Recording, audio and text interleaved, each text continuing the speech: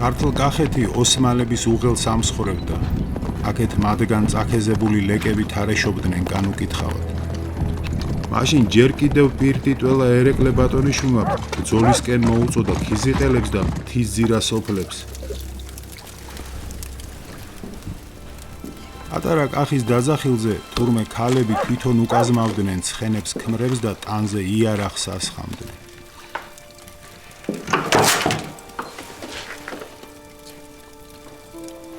აისხი.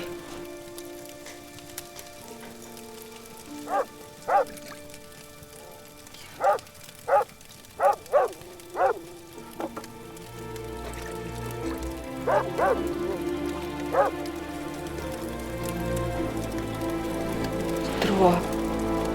საითმის სტუმრე, შეიშალე დედაკაცო.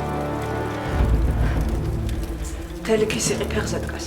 ერეკლე ბატონიშვილი ლეკზე მიგდა. გასროშავ.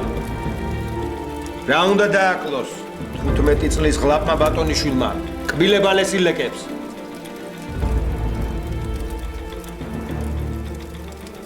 მაშინ იჯექიში. თავზე ნაცარი დაიღარე და ჩუმად იწერე ბირჯვარი. მანამ ლეკები არ მოვლენ და დაგაკლავენ ამ მკერაზე.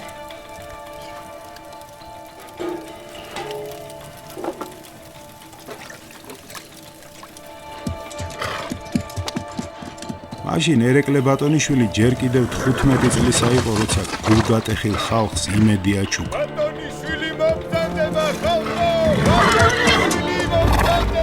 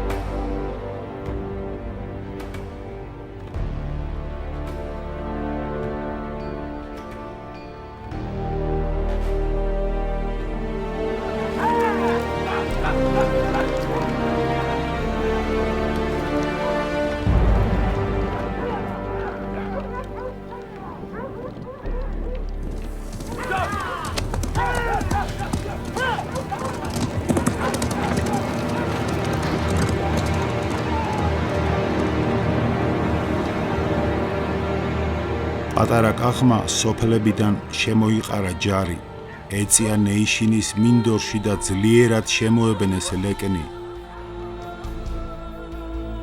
გარნა თვითყრმა ირაკლი შევიდა შინაგან ჯარსა ლეკისასა და პირველად მან მოკლა კაცი და ამის მხილველთა კაცთა ერთპირად მიმართეს ყივილით და წინა წარიქციეს ჯარი ლეკისა.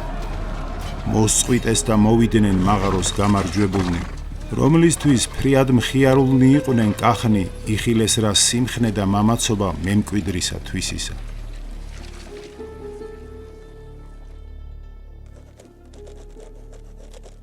გაგრძელე საქართველოს ისტორია.